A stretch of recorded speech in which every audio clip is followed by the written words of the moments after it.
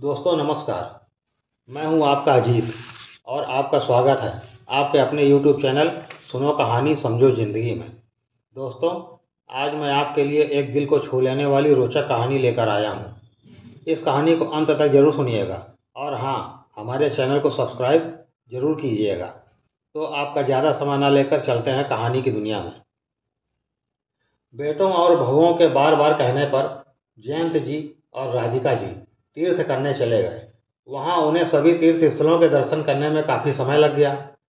2 माह बाद जब उनके लौटने की बारी आई, तब जयंत जी को उदास देखकर राधिका जी ने पूछा, क्यों, क्या आपका घर जाने का मन नहीं हो रहा है? मैंने देखा रात को आप सोए भी नहीं। तब जयंत जी ने गहरी सांस ली और बोले, राधिका, मैं जो कहूँगा वो क्या तुम सुन सकोगी? राधिका जी ये सुनकर चौंक गईं और घबरा कर पूछा, आप कहना क्या चाहते हैं? ऐसी कौन सी बात है? जयंत जी सोचों में डूब गए और आंखों में आंसू रोक ना पाए। राधिका जी बोली, आप बताइए तो हम मिलकर सभी मुश्किलों का सामना करेंगे। मुझे पता तो चले आखिर बात क्या है। तब जयंत जी बोले, राधिका, हमारा घर अब हमारा नहीं रहा। वहाँ रहने वाले हमारे बच्चे अब हमारे नहीं रहे। राधिका ये सुनकर अवाक रह गई। बोली, ये आप क्या कह रहे हैं? जयंत जी बोले, हाँ राधिका, मुझे यहाँ आने से पहले ही पता चल गया था, पर मैंने तुम्हें नहीं बताया, क्योंकि राधिका, जीवन भर हम उन्हीं के लिए जिए हैं। कुछ दिन हम शांति से अपने लिए जी लें। राधिका, ये बताओ कि अगर मैं तुम्हें पहले ही बता देता तो क्या तुम इतने दिन चैन से यहाँ बिता सकती? राधिका ने पूछा, आपको ये कैसे पता चला था? जयंत जी बोले, रोहित के बेटे संजू ने हमारे यहाँ आने के 1 हफ्ते पहले ही एक दिन जब मैं फैक्ट्री जा रहा था, तब जिद करके वो मेरे साथ गया था। तुम्हारे सामने की ही तो बात है, तुम्हें याद नहीं है? राधिका बोली, हाँ हाँ, मुझे याद आया। उस दिन वह ना जाने क्यों आपके साथ जाने की जिद ठाने था। जयंत जी ने कहा, उसी दिन रास्ते में वह बोला, दादाजी आप तो जा रहे हैं, पर आपको पता है आपके जाने के बाद यहाँ क्या होने वाला है? मैंने उससे चौंक कर पूछा था, क्या होने वाला है? उसने बताया कि दादाजी, पापा और चाचा जी बातें कर रहे थे, साथ में मम्मी और चाची भी शामिल थी। ये कि आपकी वजह से कुछ नहीं कर पा रहे हैं। वह बोला, दादाजी आपको याद है आपने पापा से एक फैक्ट्री खरीदने की बात की थी, तो पापा ने जो कागज़ आपसे कहे थे कि ये एग्रीमेंट के हैं, वो दरअसल कागज़ अपनी फैक्ट्री और घर के थे। आपने बिना पढ़े दस्तखत कर दिए। तो पापा और चाचा कह रहे थे कि आपके तीर्थ जाने के बाद फैक्ट्री और घर का बंटवारा कर लेंगे। बुआ नंदिनी को कुछ नहीं देंगे। चाची कह रही थी, जब वो इस घर का खून ही नहीं है तो उसे हम क्यों दें? संजू बोला, मैंने उनकी सारी बातें सुन ली थी दादाजी, और आपको अकेले में बताने के लिए इसलिए आज मैंने आपके साथ आने की जिद की थी। संजू बोला, दादाजी आप मत जाइए, नहीं तो सब बर्बाद हो जाएगा। फिर राधिका, मैंने उसके सर पर हाथ रखा और कहा, बेटा तुम घबराओ नहीं, भगवान की कृपा होगी तो सब ठीक ही होगा। जिस तरह भगवान ने तुम्हें ये सब बताने के लिए मेरे पास भेजा है, इससे मेरी भगवान के प्रति आस्था और बढ़ गई है। मैंने उससे कहा, बेटा संजू, अब तुम ये सब चिंता छोड़कर अपनी पढ़ाई पर ध्यान दो। घर आने के बाद मैंने देर ना करते हुए राधिका, तुम्हारे जेवर, अपनी चैन, चारों हीरे की अंगूठी अपने लॉकर में रखा और कैश बैंक में जमा कराया। सारा कुछ सुरक्षित करके ही तुम्हारे साथ आया हूँ। तुम्हें सारी बातें बताने जरूरी ना होता तो मैं अब भी तुम्हें चिंता में न डालता। आप छोड़ो सारी बातें, भगवान पर डालो। 2 घंटे बाद फ्लाइट का समय है, भगवान पर भरोसा रखो। चलो चलते हैं। वह फ्लाइट पर चढ़े और 4 घंटे बाद पहुंच गए। एयरपोर्ट पर संजू आया हुआ था। संजू पहले उन्हें एक होटल ले गया। वहां सबने शानदार खाना खाया।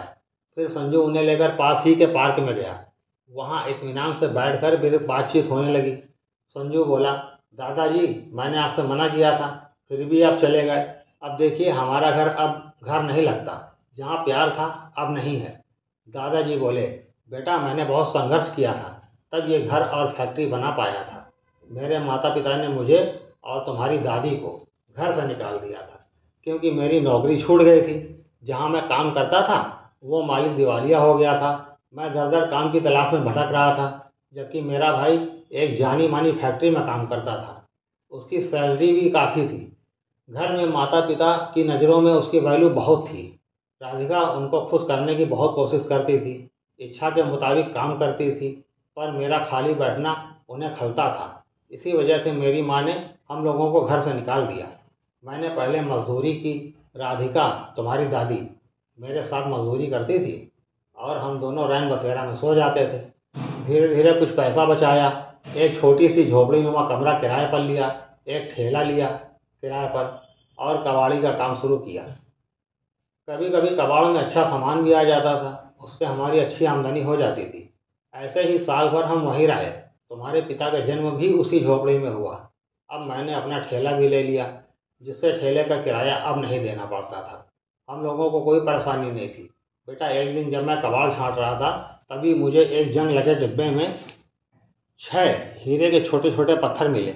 मैंने उन हीरों को बेचकर पहले घर लिया, फिर छोटी फैक्ट्री डाली। भगवान की कृपा से सब कुछ पा लिया। मैं 3 बच्चों का पिता और बन गया। अब मेरे 4 लड़के हो गए। तुम्हारी दादी को लड़की का बहुत शौक था, पर हमें भगवान ने लड़की दी नहीं। एक दिन हमारी फैक्ट्री में काम करने वाले बांके की सड़क दुर्घटना में मौत हो गई। जब उसकी बच्ची 3 माह की थी, तभी बांके की पत्नी भी एक बीमारी के चलते मृत हो गई। अब उस बच्ची का कोई नहीं था। जब हम लोग बांके की मिट्टी में गए, तब एकाएक बच्ची नंदनी मेरे पैरों में चिपक कर रोने लगी। मैंने उसे चुप कराया, प्यार किया। देखा कि बांके का कोई रिश्तेदार बच्ची नंदनी को अपने पास रखने के लिए तैयार नहीं था। तब मैंने पुलिस को फ़ोन करके बुलाया और सबके सामने आवश्यक कार्रवाई के बाद नंदनी को गोद ले लिया। राधिका बहुत खुश थी और बड़े लाड़ प्यार से बच्ची का पालन किया। पढ़ लिख कर जब वह 22 साल की हो गई, तब अपने बच्चों की तरह उसका भी विवाह वैसे ही धूमधाम से किया। शादी के बाद ऐसा कोई दिन नहीं जाता जब नंदिनी हम लोगों को फ़ोन न करती हो। किसी कारणवश हम लोग जब फ़ोन नहीं उठाते हैं तो वह घबरा जाती है। हम लोग की तस्वीर मंदिर में रखती है और भगवान की तरह पूछती है। बातें करते करते शाम हो गई। संजू के पापा का फ़ोन आ गया। कहने लगा, संजू, तुम्हारी मम्मी परेशान है, जल्दी आओ। वह लोग उठ खड़े हुए और गाड़ी में बैठकर घर पहुंचे। घर पहुंचकर देखा सबकी रसोई अलग अलग थी। कमरों का बंटवारा हो गया था। अरे ये क्या? जयंत जी ने देखा कि उनका सामान गेस्ट रूम में रखा था। चारों बहू बेटे बोले, पापा, अब आपको पर्सनल रूम की ज़रूरत तो है नहीं, आप लोग गेस्ट रूम में रह लीजिए। जयंत जी ने कहा, मैं ज़रा एक चक्कर अपना कमरा देख कर आता हूँ। जयंत जी कमरे के दरवाजे पर पहुंचे। ये देखकर उनके चेहरे पर मुस्कान तैर गई। बिल्कुल यही उन्होंने सोचा था। उन्होंने देखा कि कमरे का ताला जो वह लगा कर गए थे अब नहीं था। कमरे के अंदर देखकर लगता था कि उनके बहू बेटों ने गहन रूप से तलाशी ली है। शायद वो जयंत जी का पैसा और गहने तलाश रहे होंगे। जयंत जी ने सोचा, अच्छा ही हुआ जो सारा कुछ पहले ही हटा दिया था। जब वो वापस हाल में आए, उनके बेटों ने कहा, पापा, खाना हम सब बारी बारी से एक एक दिन आपको देंगे। जयंत जी मुस्कुरा कर बोले, तुम लोग ना हमारी चिंता करो ना हमारे खाने पीने की। हाँ, ये दो जरूर है कि तुम लोगों ने पीठ पीछे छुरा घोंपा है। इसकी कल्पना मैंने नहीं की थी। कोई बात नहीं, आज रात हम यहाँ रहेंगे, सुबह अपना इंतजाम कर लेंगे। जयंत जी ने गेस्ट रूम में बैठे बैठे अपनी बेटी नंदिनी को फ़ोन किया कि बेटी, कल सुबह हम तुम्हारे पास आ रहे हैं। दामाद जी से कहना ऑफिस से छुट्टी ले लें। गाड़ी से जाने पर नंदिनी का घर उनके घर से 2 घंटे की दूरी पर था। जब वह पहुंचे, नंदिनी की खुशी का पारावार न रहा। जल्दी से वह आरती की थाली लेकर आई। पहले मम्मी पापा की आरती उतारी, फिर अंदर ले गई। मम्मी पापा को पहले नाश्ता कराया। फिर दामाद जी ने धीरे से पूछा, पापा, आप लोग परेशान लग रहे हैं, क्या बात है, बताइए। तब जयंत जी ने सारी बात दोनों को बताई। फिर बोले, बेटा, मैं अभी इस काबिल हूँ कि दूसरी फैक्ट्री डाल सकता हूँ। नंदिनी का पति बोला, पापा, आपके आशीर्वाद से हमारे पास सब कुछ है, हमें कुछ नहीं चाहिए, सिर्फ माता पिता की कमी है, आपके आने से पूरी हो गई। जयंत जी बोले, बेटा, मैं अपना मुकाम फिर से पाना चाहता हूँ, क्या तुम मेरी मदद करोगे? दामाद जी बोले, हाँ पापा, आप जैसा हुक्म करेंगे वैसा ही होगा। फिर जयंत जी ने पहले अपने लिए एक मकान खरीदा, उसमें अपना नामनी नंदिनी को बनाया।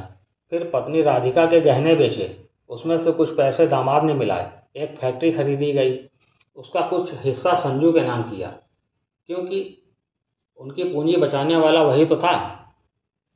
फैक्ट्री में तरक्की होती गई। बेटों बहुओं को मालूम हुआ कि पापा ने फैक्ट्री खोली है, तो वे सन्न रह गए, क्योंकि उन लोगों की फैक्ट्री तो घाटे में जा रही थी। सभी सलाह करके जयंत जी के घर आए, अपने किए की माफ़ी मांगने लगे। जयंत जी और राधिका जी बोले, हमारा तुम्हारा कोई रिश्ता नहीं है, तुम लोग जा सकते हो। नौकरों से कहकर उनको बाहर का रास्ता दिखाया। तो दोस्तों, आपको ये कहानी कैसी लगी कमेंट में लिखिएगा। अच्छी लगी हो तो लाइक कीजिएगा। हमारे चैनल को सब्सक्राइब करना ना भूलिएगा। जय भारत। धन्यवाद। मिलते हैं अगली रोचक कहानी पे।